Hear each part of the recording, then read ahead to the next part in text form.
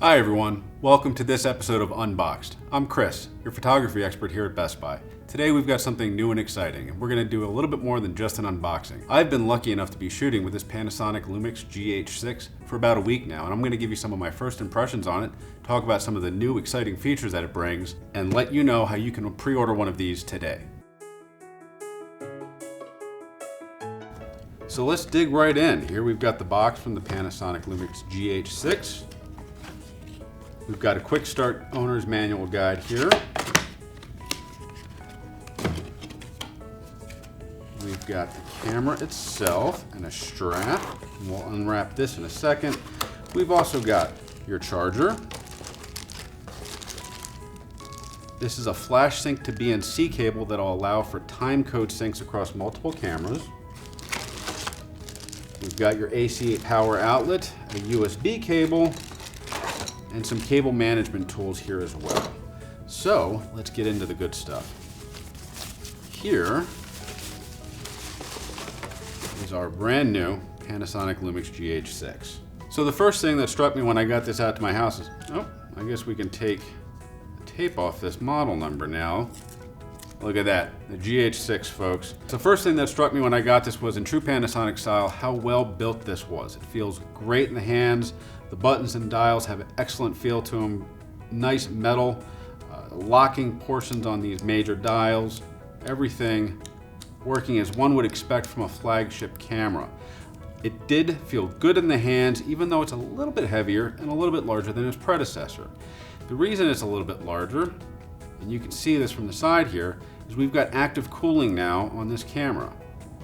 It retains its weather-resistant, dust and splash and freeze-proof abilities because this fan isn't open to the inside. It just circulates air across the back of it to keep it cool while it's recording. So one of the other things I really liked about this camera was the rear screen. So gone is the argument between what's better, a tilting screen or a flip screen. Here you can see we've got a fully articulating flip screen that also tilts. It tilts in two different positions. You can engage it from the bottom left down here, but for those of you that like to have the screen tucked in on itself, you can still do that. So one of the exciting new features that the GH6 brings to the table over the GH5 II is located here on the side. We now have a CF Express B card as slot 1 and a UHS 2 SD card in slot 2, whereas the predecessor only had 2 SD cards. This enables the camera to shoot at some really demanding video frame rates and codecs that the previous version couldn't. Another feature that the brand new Panasonic GH6 brings to the table is a new and improved 25.2 megapixel Micro Four Thirds sensor. This sensor still works with the in-body image stabilization that Panasonic provides, and in fact, it's up one full stop to 7.5 stops of in-body image stabilization. Panasonic has also introduced a brand new and improved Venus Image Engine processor, which they claim improves the processing speed by twice what the GH5 II did. This new sensor also allows Panasonic to introduce for the first time 6K video in this, up from the 4K that the GH5 II had, and as well as it can do 4K 120 over the 4K 60 from its predecessor. So what hasn't changed from the last model? Well, we still have the same 3.86 million dot OLED EVF with 0.76 times magnification that the GH5 II had. And although we have this really cool articulating screen function now, the 3-inch 1.84 million dot panel on the back remains the same. Our contrast autofocus plus depth from defocus system does remain unchanged. However, it does improve from 225 area points to 315 area points in the new camera. So new to Panasonic is what's called handheld high resolution. So what is a handheld high resolution shot? Well, typically with this great 25 megapixel sensor, if I took one shot with it, I'd get a 25 megapixel photo. What Panasonic has employed is a way in which I take one shot with my finger, but the sensor takes 8 images and then combines them for me into either a 50 megapixel or 100 megapixel image based on my choosing. So what other great photo features do we have packed into this camera? Well, accessible right from the top dial, there's a few new super fast burst modes.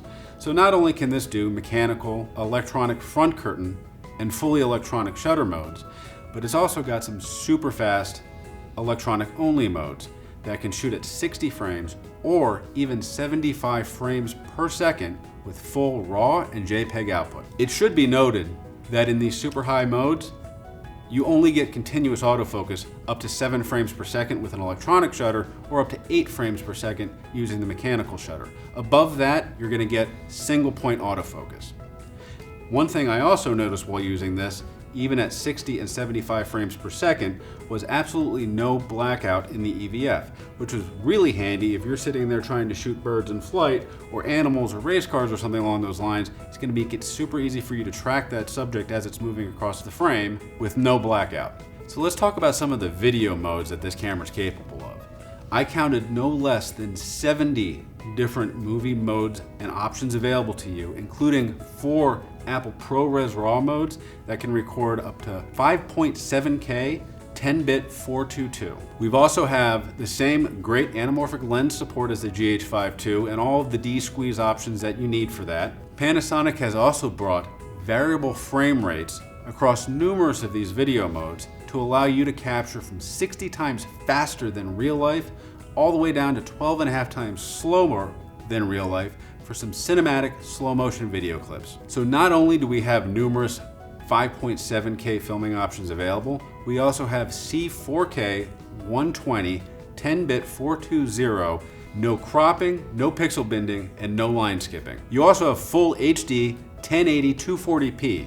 And in conjunction with that 300 frames per second variable film rate, you can really slow down that motion. So who's the GH5 II for, and who's the new GH6 for? Well, the GH5 II is still a really attractive hybrid video camera at a sub $1,500 price that offers a wealth of recording options and includes live streaming capabilities that the GH6 does not have.